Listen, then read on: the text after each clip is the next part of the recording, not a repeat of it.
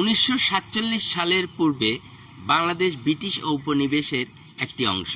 1947 থেকে 71 সালের পূর্বে বাংলাদেশ পাকিস্তান রাষ্ট্রের পূর্ব পাকিস্তান নামে খ্যাত।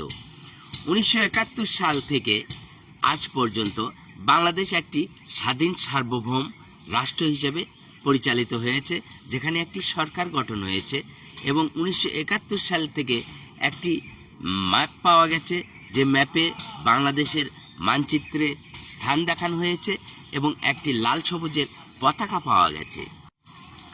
স্বাধীনতার প্রথম 1973 সাল প্রথম একটি পে স্কেল গঠন করা হয়। স্বাধীনতার পরের সরকার, দ্বিতীয় সরকার 1977 সালে দ্বিতীয় পে স্কেলটা তিনি প্রদান করেন।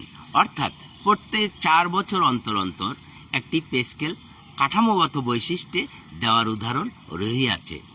অর্থাৎ আজকে 1971 থেকে 2025 সাল প্রায় 54 বছরে 13টি পে স্কেল দেওয়ার কথা থাকলেও মাত্র দেওয়া হয়েছে 8ম জাতীয় বেতন স্কেলই লাস্ট বেতন স্কেল, যাহা আমাদের ইতিহাসে এটাই শেষ বেতন স্কেল এবং রানিং 10 বছর অতিবাহিত হয়ে গেলেও এখনও কোনো পে স্কেল দেওয়া হয় নাই। এর ভিতর 5টি পে স্কেল উধাও করে দেওয়া হয়েছে পে স্কেলের মানচিত্র থেকে। যে সরকার যে আমলে পে স্কেল উধাও করে দেয়, সে সরকার সেই আমলে প্রচণ্ড লাভগ্রস্ত হয় পে স্কেল না দেওয়ার কারণে। এই যে 4 বছর অন্তর অন্তর পে স্কেল আজকে তত্ত্বাবধায়ক সরকার যে দেওয়ার কথা হচ্ছে বা দিতে চাচ্ছে বলতে পে কমিশন গঠন করা হয়েছে, তার জন্য আমরা এই সরকারকে সাধুবাদ জানাই যে পে স্কেল দেওয়া হোক। কিন্তু দেখা যায় যে 10 বছর অতিবাহিত হওয়ার পরেও পে স্কেল দেওয়া হয় না। এমন ঘটনায় আমরা আসলে কর্মচারী বা প্রজাতন্ত্রের সকল কর্মচারী কিন্তু ক্ষুব্ধ হয়ে থাকে এবং তারা অধিক লসের সম্মুখীন হইয়া থাকে।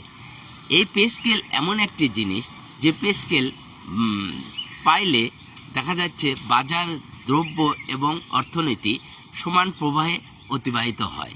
কিন্তু পে স্কেল না দেওয়ার কারণে একজন কর্মচারী সেই প্রবাহ থেকে বিচ্যুত হয় এবং বাজার সংকট, খরচ সংকট তার অবশ্যম্ভাবী হয়ে পড়ে। আমি শুরুতেই বলেছিলাম যে ব্রিটিশ ঔপনিবেশ আমাদের 1947 সাল থেকে উধাও হয়েছে, কিন্তু তাদের কারুকার্য, তাদের কর্মকাণ্ড এখনও রহিয়াছে। আমরা বামে চলার নীতিটাও কিন্তু ব্রিটিশ ঔপনিবেশেরই অংশ। এই বামে চলার নীতি এখনও যেমন রহিয়াছে, তেমনি বেতন স্কেলের স্তরটাতেও সেই একই আধিক্য বজায় রাখা হয়েছে। যেমন যিনি প্রথম স্কেল পাবেন এবং যিনি 20তম গ্রেডে পাবেন, তাদের যে স্তরটা রাখা হয়েছে, যে ব্যবধানটা রাখা হয়েছে, তা প্রায় 10 গুণের সমান। অর্থাৎ যদি 500 টাকা নিম্ন স্তরের বেতন পায়, তাহলে প্রথম গ্রেডের বেতন হবে প্রায় 5000। এই যে তারতম্য আজ অবধি সেটাই কিন্তু রহিয়াছে, কেউই সেটা কর্ণপাত করে নাই, বিগত সরকারও করে নাই, এখনও যদি করে সেটা তবে আমাদের ভাগ্য বলে আমরা ধরে নেব। ভাগ্যটা ধরে নেব এই জন্য, আসলে কর্মচারীর মধ্যে 3য় এবং 4র্থ শ্রেণী কর্মচারী বোঝায়।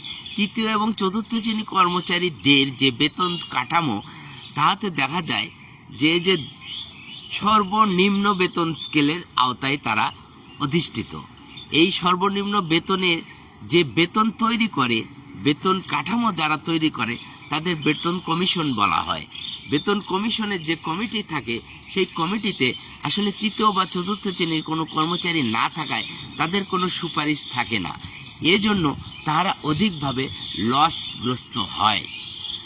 আজকে দেখা যায় 1994 সালে যে প্রতিষ্ঠানটা প্রতিষ্ঠিত হয়েছে, 1994 সাল থেকে যে প্রতিষ্ঠানটা বেতনের আওতাভুক্ত হয়েছে, সেই সময় একটি কর্মচারী দেখা যায় 900 টাকা থেকে বেতন শুরু হয়েছে এবং 2025 সালে সে বেতন পাচ্ছে আজ 8250 টাকা, অর্থাৎ প্রায় 10 গুণ বেড়েছে। কিন্তু যদি একটি বেসরকারি কোনো এনজিও, কোনো ব্যাংক, বিমা বা গার্মেন্টস সেক্টরে যাওয়া যায়, তাহলে দেখা যায় যদি একটি কর্মচারী 27 বছর তার যদি কাজের এক্সপিরিয়েন্স থাকে, তার পদবীর এক্সপিরিয়েন্স থাকে, তাকে পদোন্নতি করে প্রায় 3টে 4টে 5টি ধাপে তাকে উন্নীত করা হয় এবং যার বেতন আজকে প্রায় 80,000, 90,000, 1,00,000 টাকাও হয়ে আছে।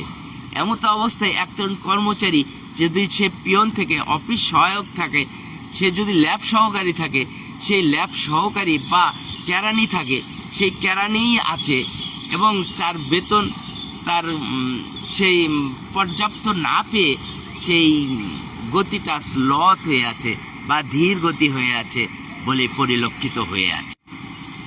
এখন যদি একটি ধান কাটা লেবারের পারিশ্রমিকের কথা বলি, ধান কাটা লেবার এই জন্য বলছি, ধান কাটা লেবাররা যে পারিশ্রমিক পায় তাদের সঙ্গে মোটামুটি চতুর্থ শ্রেণী 3য় শ্রেণী কর্মচারীদের একটি বেতন কাঠামোতে যে পায় তার সঙ্গে একটি খাপ খেয়ে দিয়ে আছে।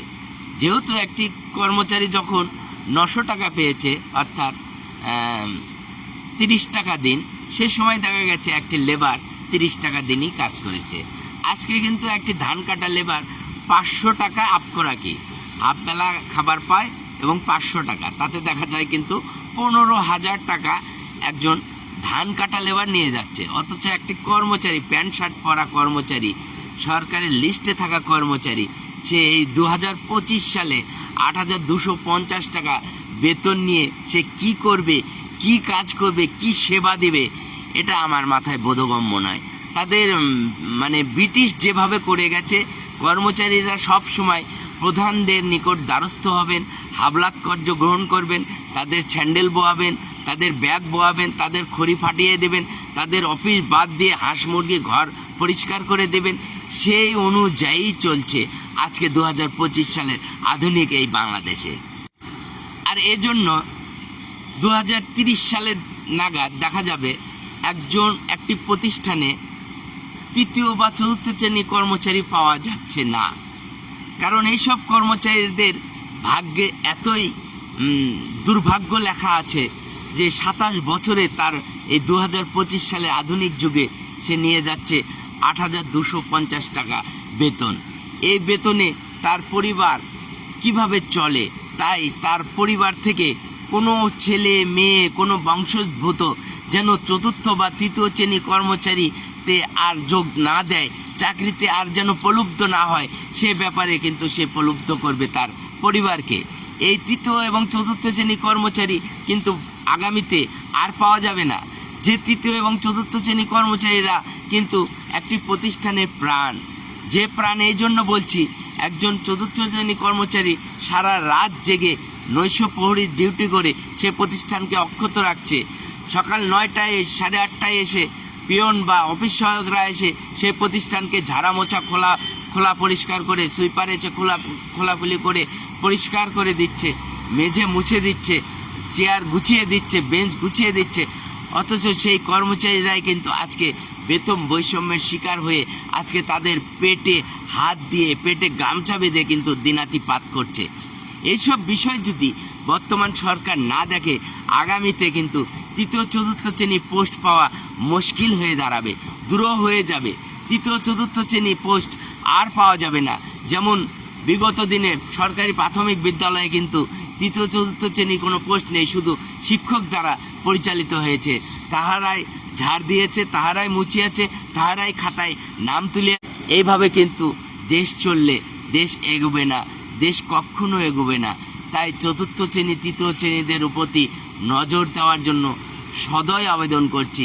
আমি জোর হাত করছি যে 4র্থ 3য় শ্রেণীদের বেতন স্কেলে কিছুটা হলেও পরিবর্তন আনুন, তাদের বেতন স্কেল সমন্বয় করুন, যেন তাদের ভালোভাবে চলার, প্রথম দ্বিতীয় তৃতীয়র দিকে আমি বলছি না, ভালোভাবে চলার একটি পরিবেশ করে দিন। বেতন কাঠামে সর্বনিম্নের ধাপ হচ্ছে 4র্থ শ্রেণী এবং সর্বোচ্চ ধাপ হচ্ছে 1ম শ্রেণী।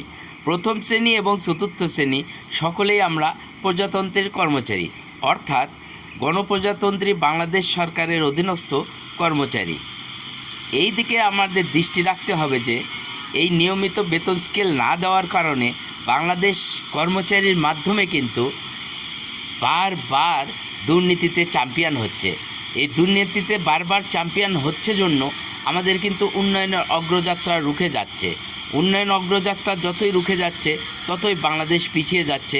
বাংলাদেশ মহতর মালয়েশিয়া যে কোনো সময় হতে পারত এই দুর্নীতি না থাকলে। তাই আমরা দুর্নীতিমুক্ত দেশ চাই, নিয়মিত বেতন চাই, বেতন স্কেল 4 বছর অন্তর অন্তর চাই। সকলকে ধন্যবাদ। খোদা হাফেজ।